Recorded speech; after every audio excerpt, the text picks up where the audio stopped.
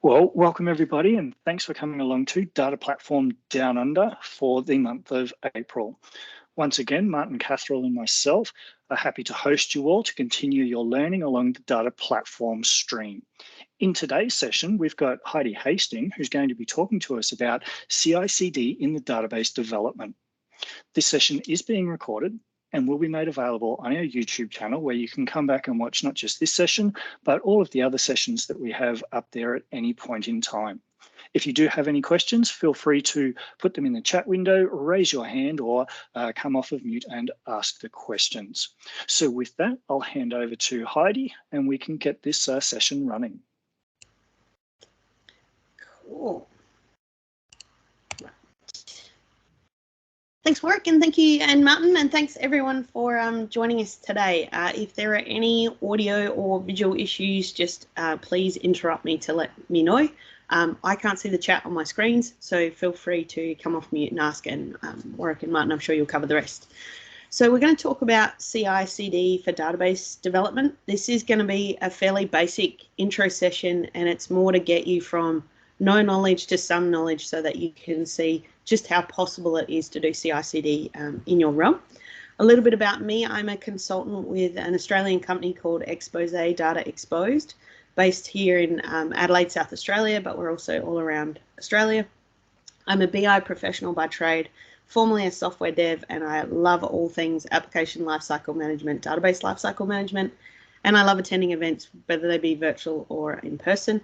Some contact details for me there, but they'll be at the end anyway.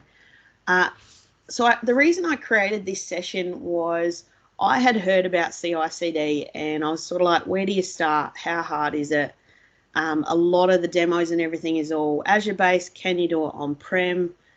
Is it cloud or cloud only? And then I wanted to look at, can I do it for an existing solution, and what does that look like? So hopefully those are the kind of questions you have, because those are the kind of questions I had before I started.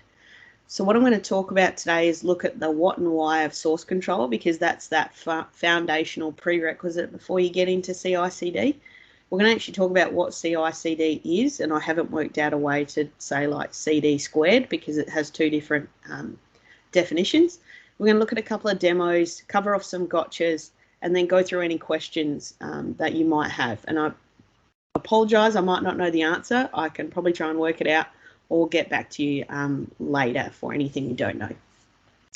Few assumptions straight off the bat. Source control, I assume you have an awareness of what it is or access to it. In this case, I'm going to use Azure DevOps, which is a source control option. Visual Studio and or SQL Server data tools for earlier versions, and that you're a little bit familiar with the Azure portal, because I'm going to use an Azure SQL database. So firstly, what is source control? It's basically the management and versioning of files, and that's all files, whether it be some SQL scripts you're putting together, if you're doing some SSRS RDL reports, you might have an entire database DDL in there, everything from your functions, your store props, your tables, your views, even your security can go in there. It might be you're doing PBIX Power BI files. Not a great source control story for that, but it's possible. But it's basically anything you want to version control and keep a record of those versions over time. It does help with that who, what, when story, and to a little bit of an extent the why story. I say a little bit because if people don't put good comments in the why, that's the only real way you have to determine why a change was made, other than looking up your other tools like your ticket management system or your project tracking area. It's also good for backup and disaster recovery. So in the event your server dies, you at least have a copy of your database that you can reinstate the DDL at least, and maybe some of the static data, so that you're not completely left in the lurch. It's also really great for parallel developments where you've got multiple DBAs, database developers, business intelligence professionals, data analysts, data scientists working in your database. You can all be working on a version that's managed in source control. And there's so many more things, so there's a little tiny URL there for other reasons. I do like to talk about the who, because I've worked with a lot of people who think database projects and source control is more of a web dev, app dev space, and for a long time it was. But now we're starting to see it really flourish in the data professional world, and to the extent where the infrastructure people have their infrastructure as code, that's taking off there, and data scientists are starting to get on board with their notebooks and things. So it's really for anyone. There is no one role, group, person that must or must not use source control. It's kind of everyone. I've worked with executive directors of companies who decide to go in and change a database. There's no reason they shouldn't be doing source control. They're changing the database, the DDL's in source control. They should also do it, just like everyone else in the team and in the organization. So it's really for everyone. In terms of when you do it, I like to split it into two categories, proactive and retrospective. Proactive is where you've got a brand new solution you're working on for a project, or you're trialing out some scripts and things. So that's your proactive. As soon as you start to build that solution and basically do that create database statement, you can start doing source control from that point onwards. The retrospective, it might be you join a new company and they've got databases on servers that aren't under source control. So you might want to take those solutions, bring them into source control. So anything that's already deployed, or if you've got that sort of cowboy development going on in your org, then you might be developing straight on a server. So it's a good time to grab those solutions, bring them into source control. So you've got that secondary area, but it also gives you the version management. And then you can switch from a retrospective to a proactive. But just because you don't have it doesn't mean you're doing anything wrong, because that's how your organization functions. But I would strongly encourage, if you're not already using source control for your database projects, that you do look into it and look to adopt to it. I think it'll put you in good stead in the long run. It'll also let you do things like the CI/CD. Without it, you don't have anything to continuously integrate and continuously deploy. So the scenario I'm going to use for the demo today is an Azure SQL database.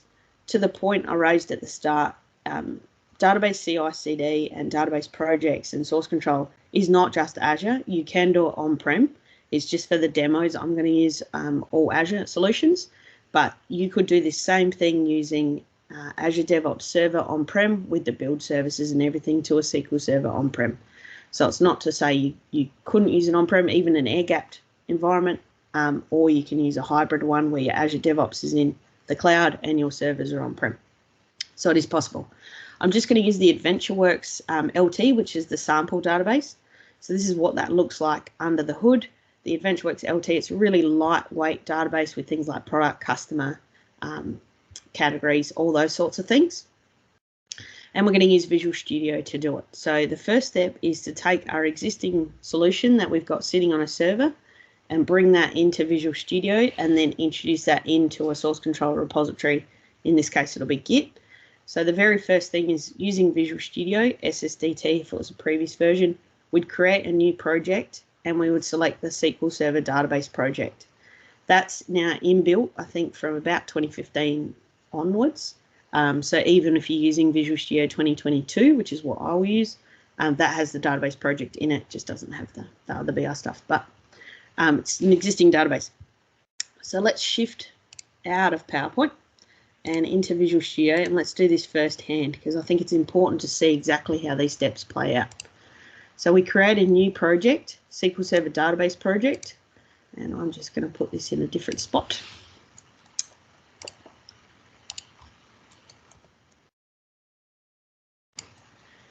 So I'll just call the database project the same as the database name, AdventureWorks LT. That's going to create us a brand new Visual Studio project of type database. And then once that's created, we'll toggle a few settings. If anyone's not familiar, this is Visual Studio 2022. So it looks a little bit different to everything else. So the first one I want to do for the project is change the target platform. See, by default, it's 2016. Because I'm working with an Azure database, I need to change it to Azure SQL database. And the other thing I like to do is include schema names in the file names. That way, I've got a quick idea of what schema a particular object is in. And then the next thing I can do is import in that database. So if you go right-click on the project, import database, because I already have an existing database on a server, I'll then connect to that server in Azure. So the AdventureWorks LT, this one, and just enter in my auth here if you wanted, but basically you specify the server name, the database, and your authentication, and select connect. then at this point, this is really the only thing I change. Is sometimes I toggle different settings on and off here, but mainly I look at the folder structure. So the folder structure is really important with what you pick as to how your team works. So because I work predominantly in business intelligence projects, I often pick schema and object name because I'm usually trying to do database development, going to landing schemas or integration schemas or reporting and back and forth. So for me, the navigation is easier to go from schema then to object. But if you want something that looks exactly like Management Studio, where you've got the object types and then it's broken down into the objects, you can pick the object type option. So just for today, I'll pick object type, and then that's going to interrogate the metadata of the database and bring in all the DDL for it. So you'll see it goes through and scans the database for the different object types and everything, and it will start creating files for each one of those objects, and it'll put those into the database project. So this is that retrospective approach of I've already got a database on a server and I'm going to bring it in. And hopefully it's not going to sit on that for a while. But while that's happening, I'll use one that's already done. So while that's happening in the background, imagine that had finished and this is what it will look like. So inside the AdventureWorks project, although this one's by schema, not by object type. So in this case, I can see the schema and then the objects underneath it. So for each object, it's gone ahead and created a file for it. And including the schema name in the file name can help you if you're just traversing the files on the file system or if you've opened up the folder inside Azure Data Studio. But you can then open up those files and work with them as if you're working with them in Management Studio in either the design mode, which is this style up the top, or the T-SQL mode up the bottom. And depending on how you like to operate, you can toggle them so you can either be working primarily with T-SQL or with the design view. But at this point, this is not a connected solution. So I could make changes here and it's not going to make changes on the server. So it is a disconnected item. It's not directly integrated, but it does allow me to have it as a project.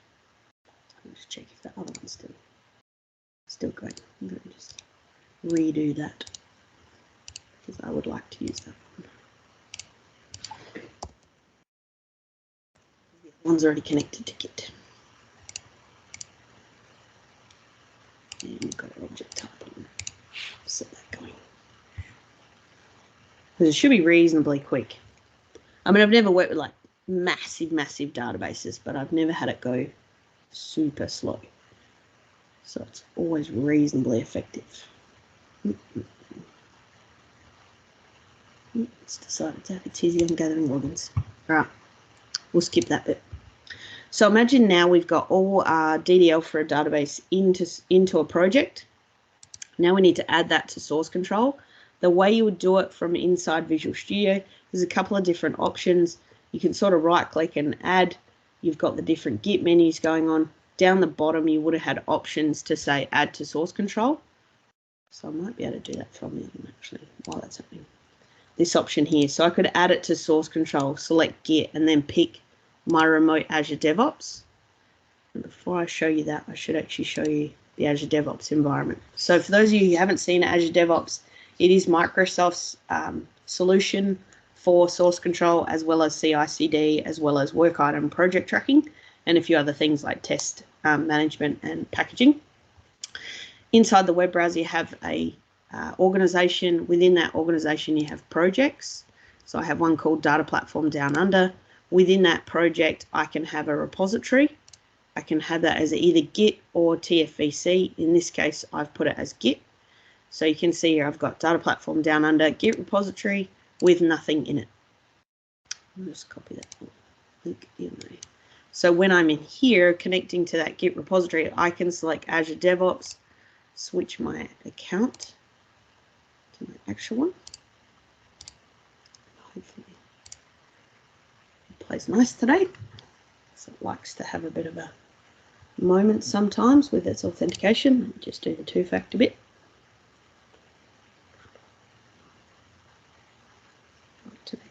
There we go. And 86. Oh. Excellent. And more. Did this to me yesterday. There we go. So I can pick data platform down under and I can pick the repository. So just for today, I'll create a brand new one, but I could use that data platform down under one. And then it will take that solution and add it into Git. So we'll just save that and let that go. So just in those few simple steps there, we've gone and taken an existing solution, brought it into a Visual Studio project, and then added it to a Git repository. So I'll show you what that looks like in Azure DevOps, but it will be empty. And then for the rest of today, I'll switch over to the other demo. So if I change here to AdventureWorks LT, you can see there now that solution sitting inside the remote repository. If you're not familiar with Git, you can have a local repository and a remote repository. So the first check-in is locally, and then you push it up to the remote repository. So when you're doing parallel development with other developers, it's got to be in that remote repository for them to be able to bring it down to their local, and vice versa. For your changes to be available to them, you have to push it to the remote one, which is what you see here inside Azure DevOps service. Right, so we'll switch over to this other project. Here's one we prepared earlier. So let's say we wanted to make a change to that and we wanted it to continuously integrate. That's where we're looking at the continuous integration pipelines. So in the slides, just skip there. Oh yeah, recap. It's always important. So to talk about continuous integration, that's where you want to take that solution and any changes that are made to it. You want to continuously look at building it to make sure, is anything anyone's introducing into the code base or the database DDL going to cause us any problems? So it might be you're creating a view that references a table column that doesn't exist. That would be picked up in the build. So that's another reason why source control is really effective compared to just developing straight on a server or not having anything in a project, because you get that safety net to say, all right, is my change all happy days? Does it integrate with my other developers' code base? Especially where you're doing a lot of work for a project and everyone's chopping and changing objects, or they might be renaming things. The build will straight away tell you, okay, the object you're referencing no longer exists. It'll even look at your case sensitive nature. It might say the object exists with a different case, or it might be you've got a function that references a table that's not there, and vice versa, or you're adding extra tables and they don't, the definition's incorrect, like a missed bracket or something. So when we talk about continuous integration, that's that taking the project and repeatedly building it for every change that's occurring in the background. So whilst you're in the Visual Studio IDE, you're building the solution all the time, so you see as your changes are being worked on. But when you're taking things and working with multiple developers, you want that change to occur as they check into source control. You want a build to occur to make sure anything someone's introduced is still keeping a successful build. So continuous integration allows for that. It also means you can do some other things as well, like doing your white source bulk security assessments and testing. And inside Microsoft's Azure DevOps, they refer to the continuous integration component as a pipeline, but there's two different pipelines. There's pipeline in terms of a build, and there's pipeline in terms of a release. So when we go back now, we'll go into Azure DevOps, and I'll use the other project where I have the solution that's there. And if we go into pipelines on the left, so you see there's different pipeline options. Pipelines is the main one to do your CI. Releases is the one to do your actual deployments and delivery to an environment. So if we go to pipelines and create a new pipeline, this is where we're going to specify, I like to use the classic editor. This is where we're going to specify what exactly do you want this pipeline to do. So I want it to connect to my Git repository in this particular project, into my AdventureWorks LT, and I'm just going to say empty job. And the first thing I want this job to do is go and build my solution. Now this is one way to do this, it's not the only way. So there's all different ways to get the same outcome. So don't treat this as gospel or anything, this is just to give you an idea of the possible. So we go into AdventureWorks LT, and I want it to build the AdventureWorks LT solution. And I could have put wildcarding in there or anything, but I know it's specifically this database that I want to build. Once that database is built, I want to copy the files from the build and I want to copy them from my source folder. Now, you'll notice I'm using things that look a bit hieroglyphic-y, a bit expression-like. These are actually variables that are built into Azure DevOps. So on the next slide in the slide deck, I'll give you a link to what all the different variables are that you can work with. But this will basically take my build, shift it into an artifact staging directory, and then I'm going to add another one which is publish, because I want to drop these files into a specific publish files. Publish build artifacts, I reckon is the one I usually pick. Yep. Because I want to copy those files that it's now built and put them into a location, which is the drop location. So all this pipeline is going to do is take the solution from that particular repository and branch. It's going to build it. It's going to take the build artifacts and it's going to put it in a drop folder. So all that step is continuously integrating, continuously building. So if we save that, now I can save and queue that. It's going to run that pipeline. So I'll give it a comment, initial pipeline for AdventureWorks. So save and run. I just leave the defaults for this example, but you can change them. That'll queue it. Once an agent is available, it will take this particular pipeline and run it, and you can watch it as it runs. So at the moment it's in a queued state, but as it runs, you'll see the different steps going along, and it's like watching your Visual Studio build output area. So you'll start to see it pick up the solution, you'll see it then build the solution, and then say it's built the DACPack file, and this is where it is. So we'll let that run in the background. Oh, no, it's just started. Of course it does. So you see here, as it's going each step throughout the task, and you can click through them, and this remains there. So if you do a pipeline and it fails, you can go in and look through, effectively like looking through a stack trace of what happened throughout the process. So we'll just watch it go for a little bit so you can see what that looks like.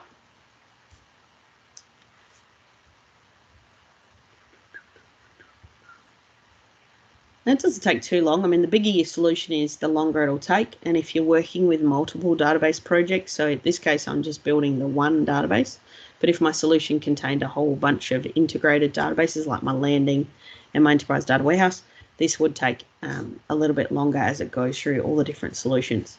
I'm going to let that run because we can see it at the end, because the next step I want to show you is that pipeline on its own is just a pipeline. Oh, and I should have turned that one off, but it's okay.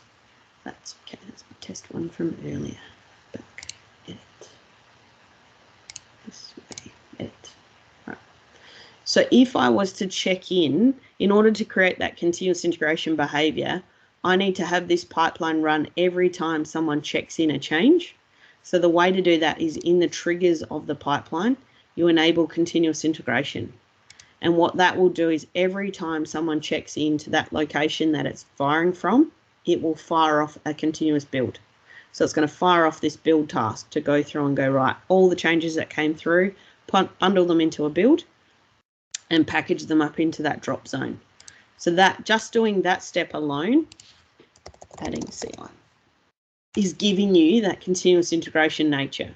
So you could go from no database and source control to continuous integration reasonably quickly and smoothly. And from this point on, you can take that build and use it for your deployments. So when you're going through your change management, instead of someone having to take the database, build it, get the DACPack file, make sure all the changes are there, and then deploy it, they can come in here and go, right, we're looking at this pipeline run. That was all the changes going in for this release. Get the drop file, take the bundle and deploy it manually. So even at this point, you're still giving yourself a repeatable process for all your developers. They can work on the code base, check it in. As they check in, it's going to commit. So even though I've done it off the basic sort of master or main branch, if you thought about it and doing feature branches and having your main branch is the one you merge into, you might create your CI pipeline off that main branch so that as your developers are working on their own feature branch, we don't need pipelines off those unless you choose to. They can be working on them, and then when they integrate it into main, that's where you can kick off the pipelines to go, does all the integrations work as we expect them to of all the different code bases? And you can change some of this to be variabilized and so on and so forth. And I'll just click back in and see that one running. So you can see as it's gone through all the different steps. So it looks a lot like watching a stack trace of Visual Studio. And then at the end of it, it's finished and it's uploaded my file to my drop location. So now I can see that the file has been put in the drop location, and so it's all available there for me to work from. So if we go back to our next set of slides, skip through.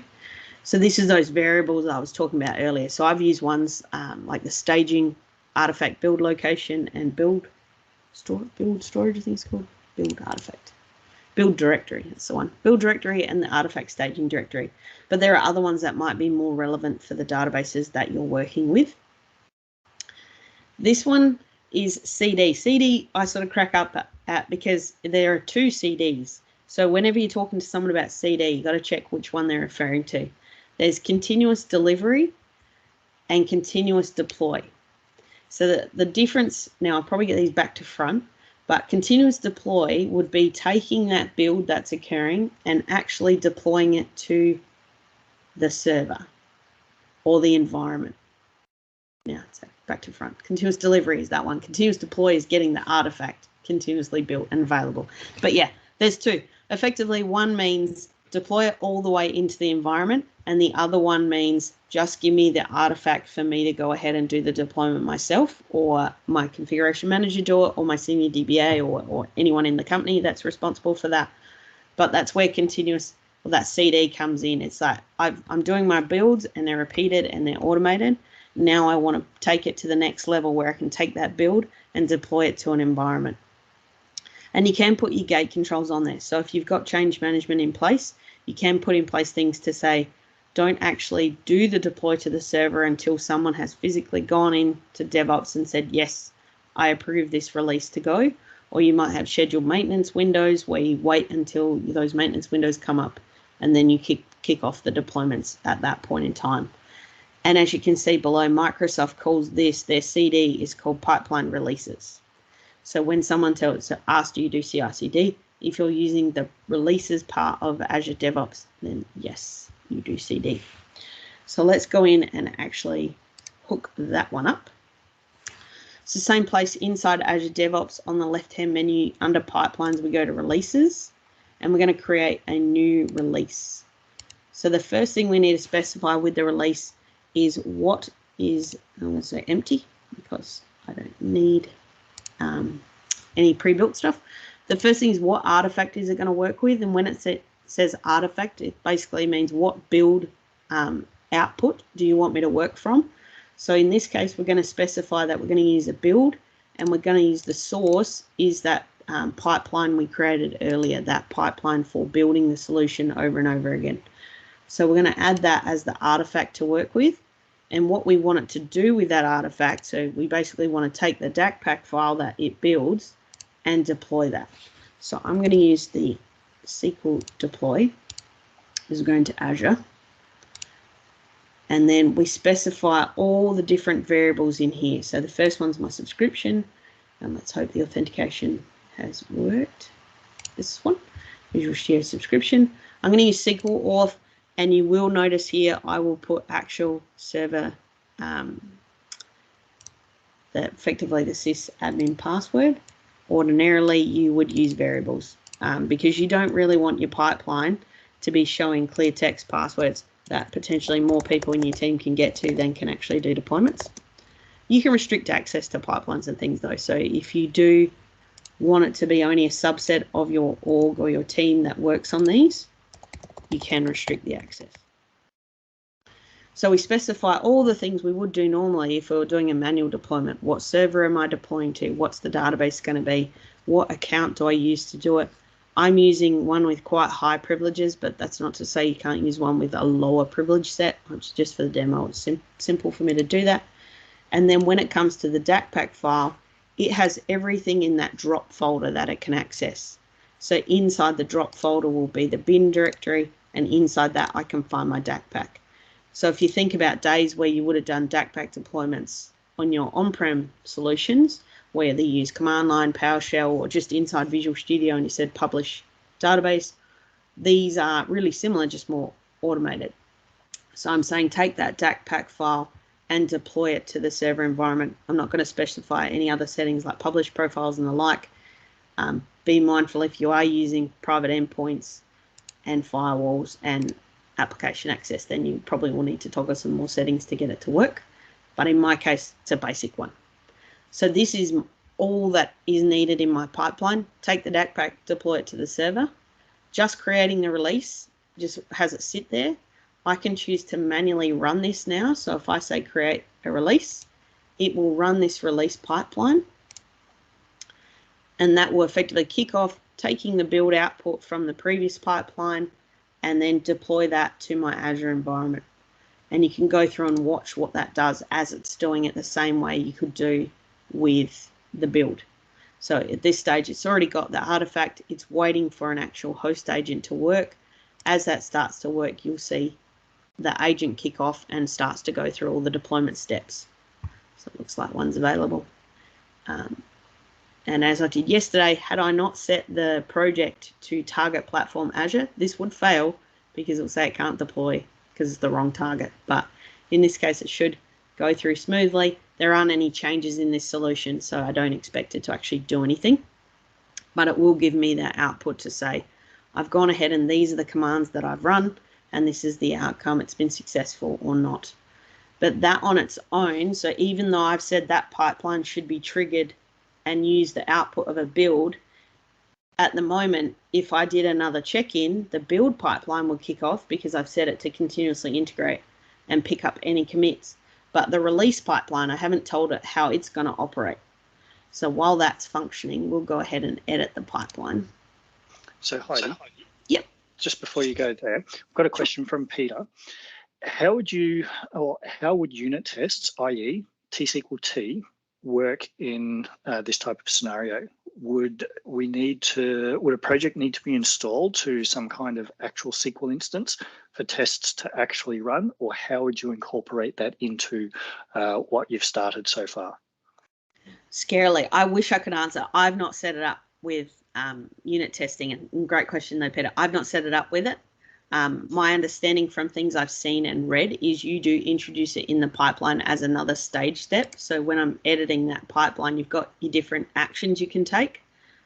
My understanding is that one of those tasks would be to execute the unit test first. How it functions in the backend, I'm not sure. Whether it has to deploy first and then run the unit test, or whether it does it in a sandbox environment. But let's just have a look to see if it's in this list. I have seen it in demos before, but I've not done it personally. But I think without looking at it correctly, and look up a guy called Hamish Watson over in New Zealand, because he probably has the answer to that. He does this a lot more than I do. But that would be my way of doing it, is build the project, do the unit tests, and go on. It depends how you're currently running a unit test as well, because if you have them automated off a specific environment, you could always have this deployment in the releases, right? If we just edit this release pipeline. Oh, back one. See how I've got this one stage which is going to one environment? There's nothing saying I wouldn't have different stages. So I might have a particular development server that we run all our unit testing on. So I could always deploy to that server first, run the test suite over the top of it, and then have the later stages be my UAT environment and my production environment, and then have approval gate checks between them. So apologies, I don't know that one exactly, Peter, but my understanding is you put it in the release pipeline. It's just how and where. I'd have to look at that. But great question. And actually, while this is going, someone else had a good point, which in the last time I did this demo, is what do you do about SQL agent jobs? And I found that really intriguing because I'd never thought about it as agent jobs. I just managed them straight on the server. But you could always do a post-deployment script to include your SQL agent job definitions as well, if you're using, say, managed instance or on-prem SQL Server. Hey, Heidi, it's Greg. Yeah. Hey, well, you are pretty much right on the money there, right? So the thing is, what you'd normally do is you do the deploy to the first stage, right?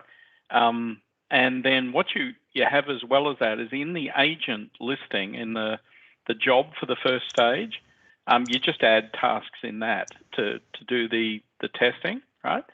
And then what you do is you put a gate, and so when you configure the next stage, you just have a thing that says whether or not it passed the test. So if you want to have a continuous, go on to the next environment. So does that come up in that task? Is it actually putting it? Is it actually a unit test task, or is it like run script? Oh, no, yeah, there's different testing things. So there's a bunch of them in the marketplace that can run everything from NUnit to, what we tend to wrap them in NUnit test, right? So I haven't seen it before. But yeah, you can do it directly in there. And then usually what you have is you have a gate or an approval or something that then requires before you can go to the next stage. So, but yeah, Dr. Greg Lowe, everyone. Thanks, Greg. Cool. I might try and, Peter, if you shoot me a message on Twitter, I can try and find something that runs through with inclusive unit tests. I'm not sure if the Microsoft Docs have one, but I can try and find a post to go through that. But yes, so let's just have a look. So that's all succeeded. If we look at the logs, you can go in and watch what it's doing. This is really cool though, because if it ever fails, you can set up notifications to your team, and then they can just go in and go, well, what bit failed? And it's the same as if you were doing the deployment manually. You'll see the error message that it failed.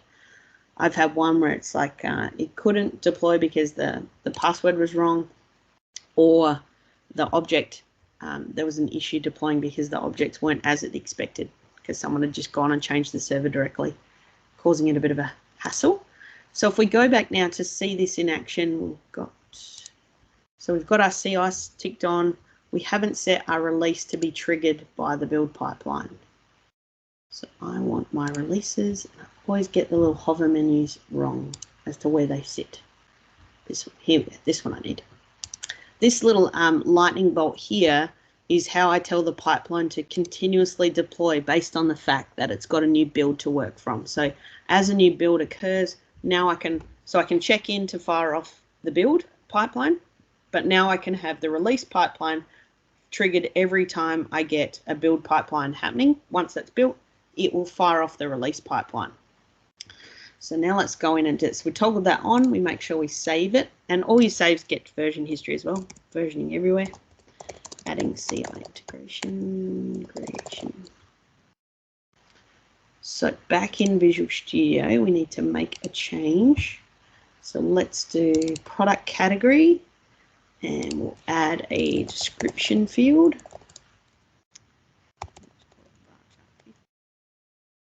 And we'll allow nulls. I am going to allow nulls. There's a bit of a gotcha if you're going to do not nulls, so that you have to handle the fact that when it tries to deploy it, the field, if the table already has records and you try and add a not null column, it won't like it. So you have to look at doing post-deployment scripts to make sure you add the field, populate the field, and then change it back.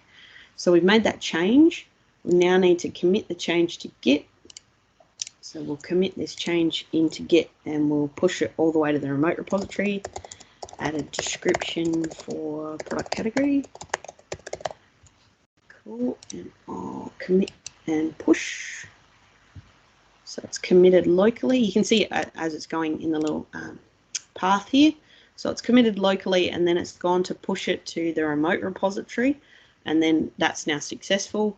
So if we looked at that inside of Azure DevOps, and we go, this is this one because I used the one, my backup one, into repos, into AdventureWorks LT, and you can see here it's already seen now I've added the description for product category, and then inside the pipelines it would have already fired off.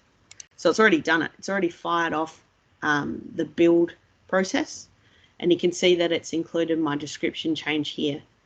And one thing I will point out, that as you start to work with the CI/CD nature, you may want to start using other features within Azure DevOps like boards, because you can effectively have all your requests or project items or tasks or little RFWs and things, or even service tickets as work items. And if you commit your changes against a work item, this build can be building your release notes to say these are all the changes that went in. So I'll see all the changes that go in by nature of how the pipelines work. It will show me like this one includes added description for product category. But if I also link to a work item, I could have the actual original request details, because that helps when you're sending it to your change management group or notifying your users of what changes have gone into a database. You can use that to automatically build your release notes, saves you a bit of time. So once that's finished, I think it's still playing around, it's still going. But once that does finish, it will kick off the release. So we'll give it a moment. And does anyone have any questions why that is spinning wheeling around? No more questions at this time, Heidi. Thanks, Wart.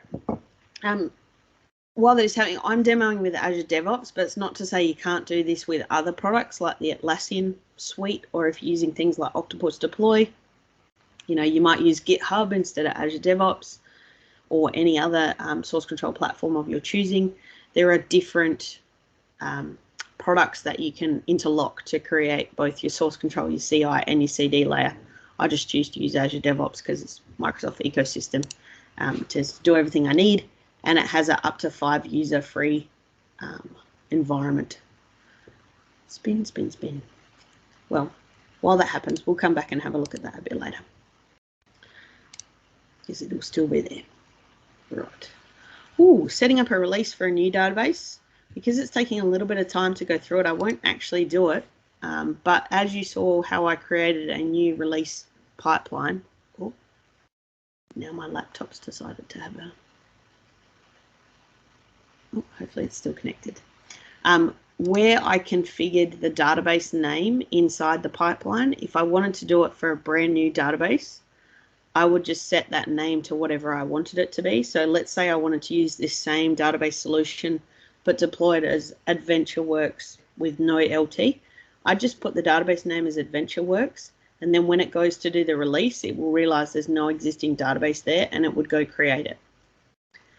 Also be mindful of that means anyone running a pipeline, if it's got the right account on it, they can go create databases in your environment using that. So you might want to secure your pipeline access and use accounts, use the variables to hide away your passwords, and then use a lower privileged account if need be. But of course, in order to create a database, it needs pretty high privileges anyway.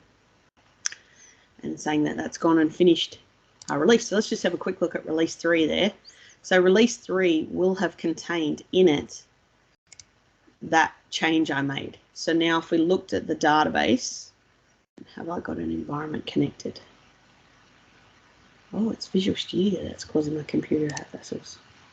So what you probably can't see is on my other screen, Visual Studio is just closing and opening and killing my Teams window from time to time. So let's just have a look here, see if this has, there we go. So you can see this is Azure Data Studio, if anyone hasn't used it before, connected to my demo server in the AdventureWorks LT database in our product category. It's added the description. So that deployment has gone and taken my check-in, built it, send it to the release pipeline. The release pipeline's gone and deployed it, and then added my little description column. Cool. Let's see if I can get my slide deck back. There we go. Right. So yeah, for a new database, it's basically the same. Just specify the database name as if it was there, and it will go create it. So where to from here? So now that you've seen that, I guess, the art of the possible, that it is possible to take an existing solution, and if you imagined you didn't have an existing solution, instead of importing the database in, you could have been creating those objects from scratch. Or if you had a series of scripts sitting on your hard drive that create the schemas, create the views, the tables, instead of importing from database, you could have imported from scripts, and it will take all those scripts, create them into the structure of a database project, and then from there you can move on to your CI/CD.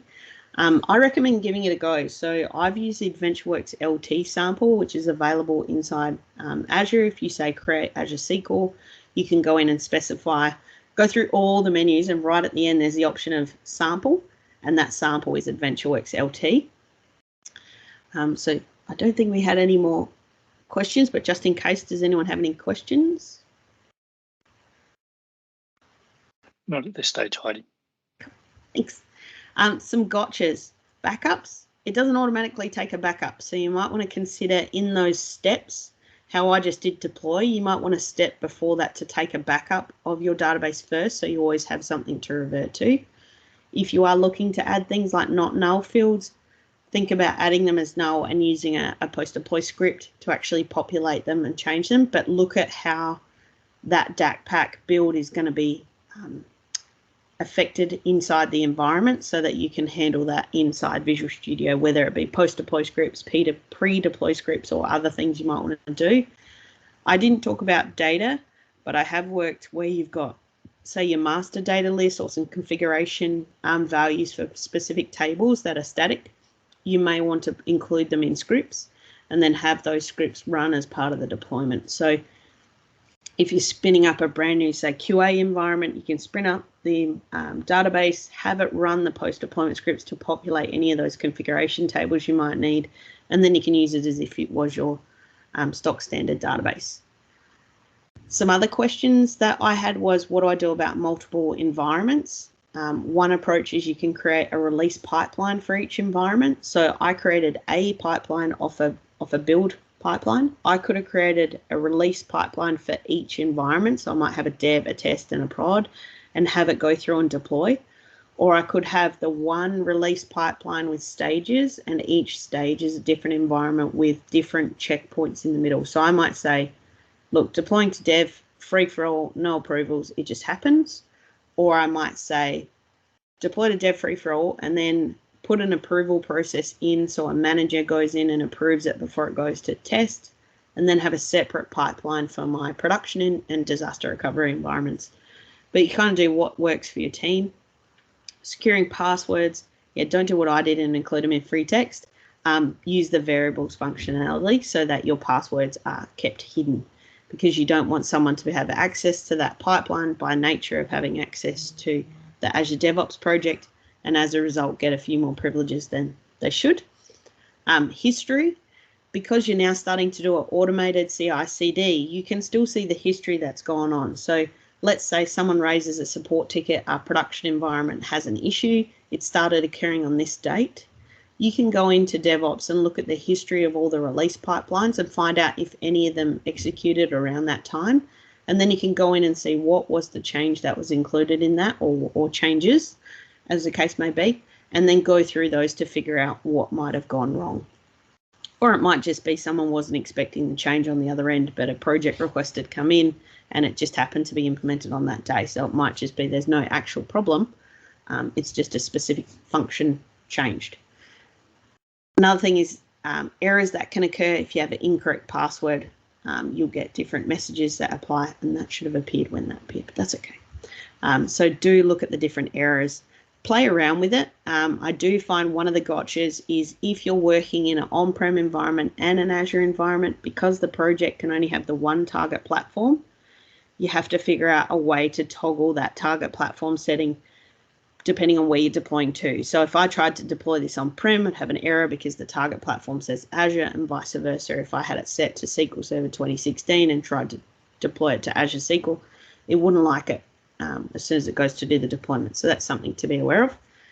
There are a whole series of further information here, like looking at what is source control, looking at where to get Azure DevOps, what are database projects, because even though like myself, Warwick, Greg, probably a number of others have potentially used these for years, it's still very new to a lot of people. So getting your handle around how to use database projects, and you can even use them if you're working with web developers who do entity framework, even though they might have up-down scripts and things. You can also bring their databases into database projects so that you can get the build and check that all their objects are valid. Some more details around CD versus CD, the whole continuous deploy, continuous delivery. And then I didn't cover off branching, but that might be something you want to start getting into and have different release pipelines of different branches. So you may have a release branch, which goes to your production environment. You might have feature branching. They go nowhere. You may have your main branch that goes to your test environment. And or if you've got developers where each developer gets their own environment, you might spin up different release pipelines for each developer that they can work with as they're doing their work. And a huge thank you to everyone for coming today and spending some time with me talking about CI/CD. I realise it is an intro style one, so if you want more advanced content, there is content that takes you through changing these to have gate points and checks and doing things like building your database and then running, say, a security marketplace like the White Source Vault add-in over the top of your solution to make sure that your code is to an extent secure for things that they can automatically check. Or you might want to do things like, was it code linting and checking your naming convention's been applied across your solution. So there's all sorts of different third-party add-ins you can add in on there and lots of fun you can have. And I'll send you this slide deck because after that slide is all the different screenshots of how to get to where we were. Yeah. So Thank you, Heidi. We We do have a couple of questions for you. Cool. So you briefly mentioned about pre and post deployment scripts. How do you go about adding pre and post deployment scripts to a pipeline? Oh, pre and post deployment scripts actually go in the Visual Studio project, and the DAC pack deals with them. So inside, if I do like a miscellaneous folder, add new folder, we'll call it scripts. Because particular scripts, you can tag them with pre and post. So if I just do a normal script, see how you've got pre and post deployment? The Visual Studio Database project knows that a pre-deployment script gets run first, then deal with the actual database, then a post-deployment script. So just by the nature of including them in the Visual Studio project tagged as pre or post, caveat, you can only have one of each, as far as I'm aware. So I might do like post-deployment script, and we add that in, and you can put whatever settings you like. Be mindful that it is in SQL CMD mode when you're doing it. So this could be like insert into the product category, LT,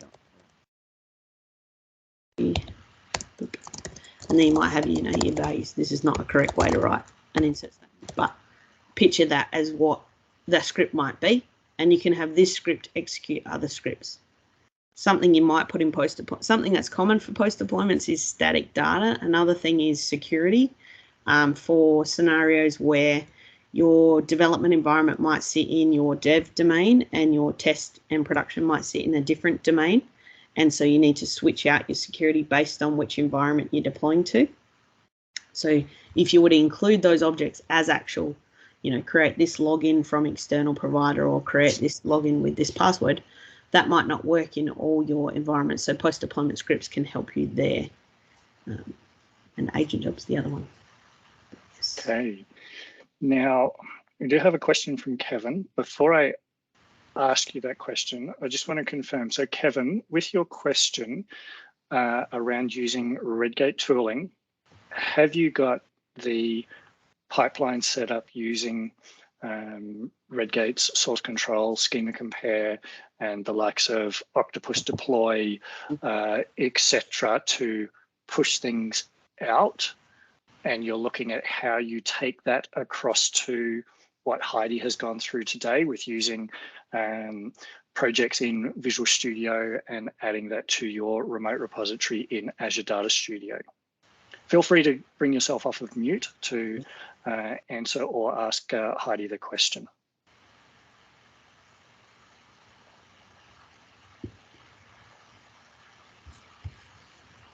Or if you don't have a mic connected, let us know. Yeah. All right. So Kevin's question was, how does this fit? How does what you've taken us through today, how does that fit with Redgate tools, right? That generates the compare scripts that we're able to use to then go and update against a particular environment? Or are we only able to use Microsoft products that you've walked us through today? No, so so I haven't played with all of Redgate's tools in recent times, but I remember one place I'm working with at the moment has just the source control in terms of taking the database and making sure it's in source control, but not going any further than that. If you're using that product, if you're using the Redgate product to do your source control, your files will still appear in a repository as mine did. You just might do different steps in your pipeline to take the build differently, because if you don't have the solution there, if it's just a series of script files, then you can't use the solution as your step. But you'd look at how you're using the Redgate products and then how you can integrate them. I'm not familiar with doing it specifically with Redgate, but I would imagine you can, because these pipelines are quite powerful in terms of all the different styles you can do, all the different options, as well as the marketplace. So if we looked at a release pipeline, so if you figure out how to do your build, because all your scripts are going to already be in source control, if your scenario is more, how do I take those compare files in, which is what you mentioned, then you just need to look at, in the releases, what are the options that are available to you as a stage. Oh, not that one. Needs to do this one. New release. So inside this staging area, it would be which one of these is going to be effective to what you do. Because some people run PowerShell scripts and everything in these, an Azure function. So it's not like it's not capable. I'm just not sure the exact settings. I don't know if anyone else on the call has used the Redgate in conjunction with DevOps. So Heidi, Greg has just put, yes, Redgate options right there in the list of tasks. So yeah, to go with what Heidi was saying, Kevin, so like I've got a local environment where inside of Management Studio, yes, I have Redgate SQL Compare and Redgate Source Control configured. Okay, I can make changes in Management Studio and say commit those changes to my Redgate Source Control, which is then happens to be going to my local repository, okay, which is set up in my local environment. I then have that local repository, like what Heidi has walked through and shown here, connected my local repository to a remote repository, which also happens to be Azure DevOps. Okay, and so yes, I'm making those changes in my local Management Studio connection, able to do a schema compare and go, this is the difference that I've got between my two environments, commit my changes to Redgate Source Control, and then push those to the Azure DevOps. At that point in time, you're at that start phase to everything that Heidi has just taken us to, because it's just taking changes, regardless of where they're from, and dropping them into Heidi's remote repository project. And where she created those pipelines, it's then going to trigger that change because you've committed it, and everything else has continued to do like what Heidi has taken us through today. This is the one I forgot, Ready Roll. Ready Roll would be Redgate's kind of equivalent to take your migration scripts and everything. Did that answer your question, Kevin? I know you don't have a mic, so that's okay. And while we wait for Kevin to respond as to whether that did answer, he did have another question where if we kick off the deploy, if that deploy fails, will the deploy roll back? No. Not exactly. It will function exactly how the DAC was it SQL package exe, SQL deploy exe, how the executable handles the DAC. So depending on what the change is, for the most part, actually, Greg, you might be able to help me here. Does it do it inside the one transaction? My thing is it doesn't, because it's the same. It's the same as running it locally. If you do execute and you pass it the DAC, it tries to div to the database and then apply your changes to it. I don't think it will cleanly roll back. Just depends on what the change is, though. Good question. I will need to look that up and check.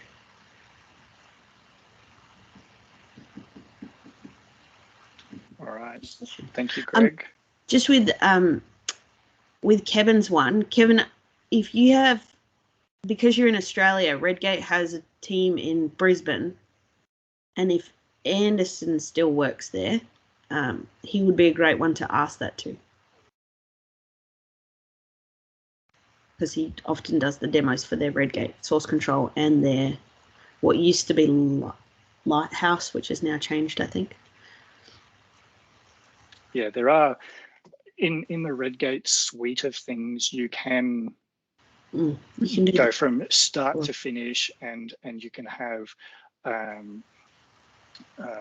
your reporting on that to tell you, what's been deployed in each of the various environments and what your schema drift is between those environments. And but that's where you're using a combination of things with, Redgate source control, schema compare.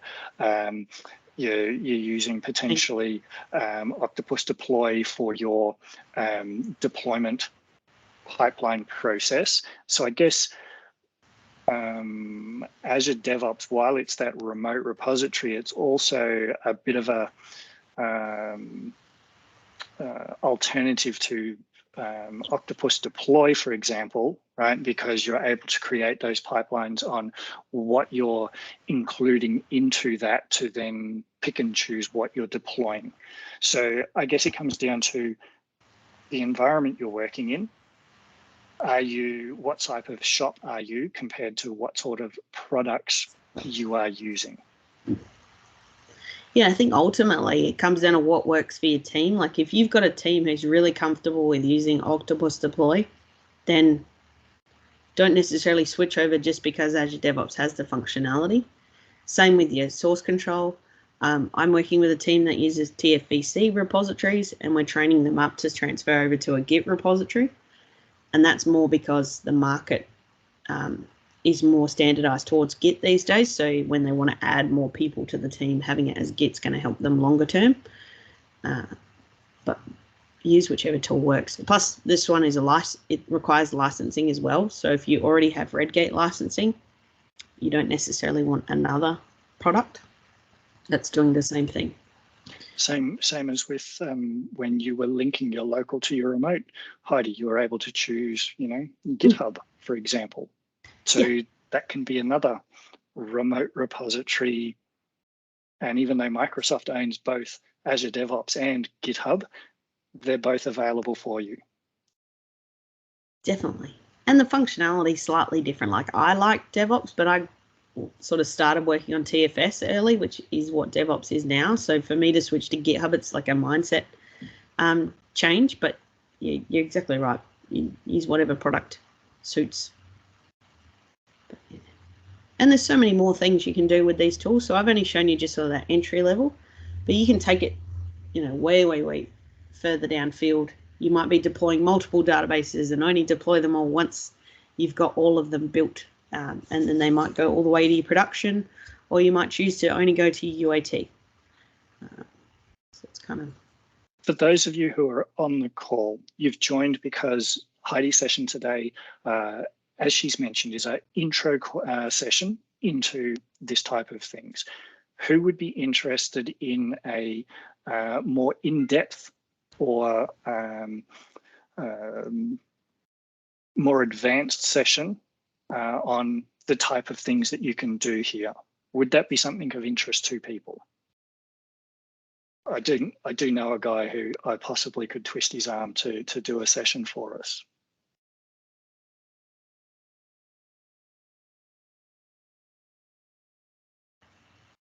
Got a few people.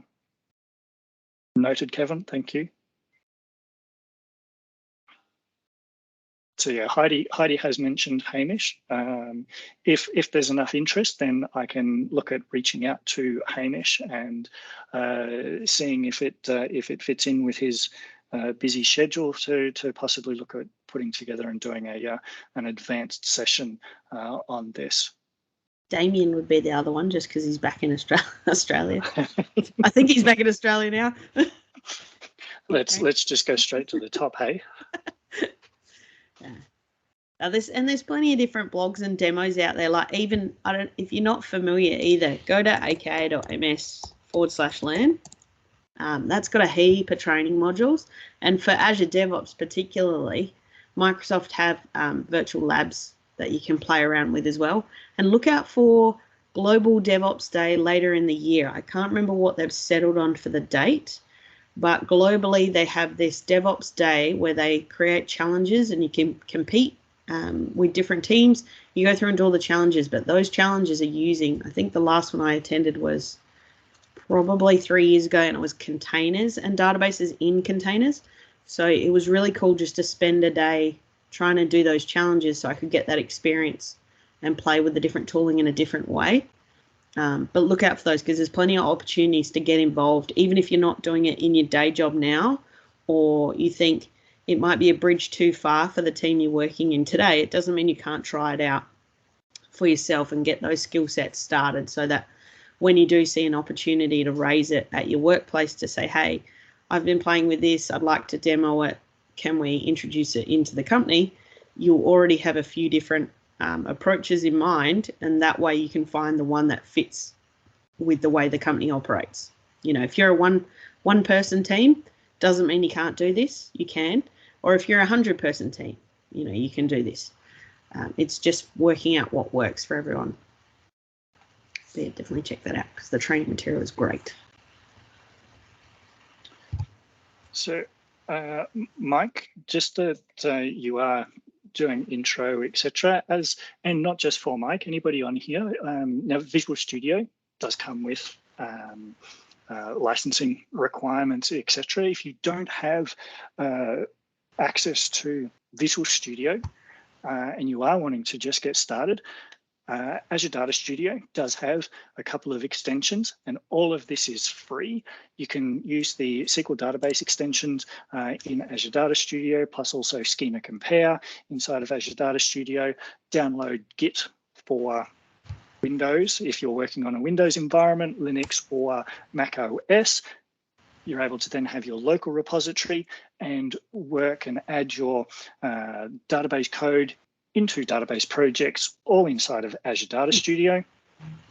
Having that in your local repository, and you're able to connect this as your remote repository to Azure DevOps, like what Heidi is taking you through, or you can also put it into GitHub. So whatever you are from a learning point of view, there are many tools available for you to start your journey on this. If you are interested in having a quick look at database projects in Azure Data Studio to take you on your journey, have a look at Data Exposed MVP Edition.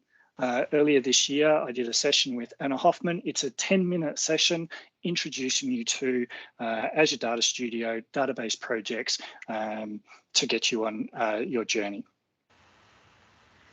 And probably just to add to that, and that's a really good point, where if you're not sure about how to structure your database projects either, like if you're brand new to them and you're not sure what the structure is, you can always continue doing your development on the servers and then use a Schema Compare, because Schema Compare has the option to compare to project.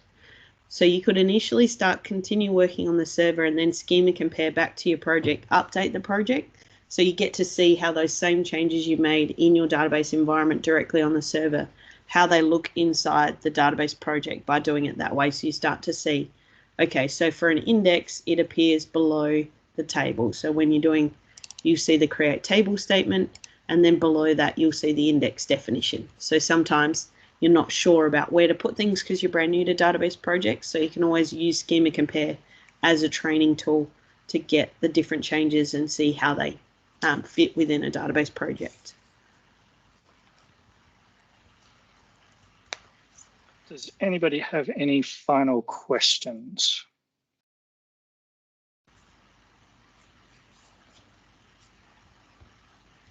If nobody else has any other questions, a big thank you to Heidi for giving up her time and presenting to us. A big thank you to everybody for joining us for this month's session.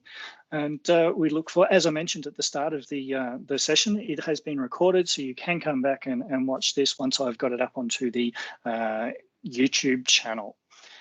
So with that, I'd like to thank everybody. Thank you, Heidi. And I look forward to hosting again next month to continue your learning across the data platform.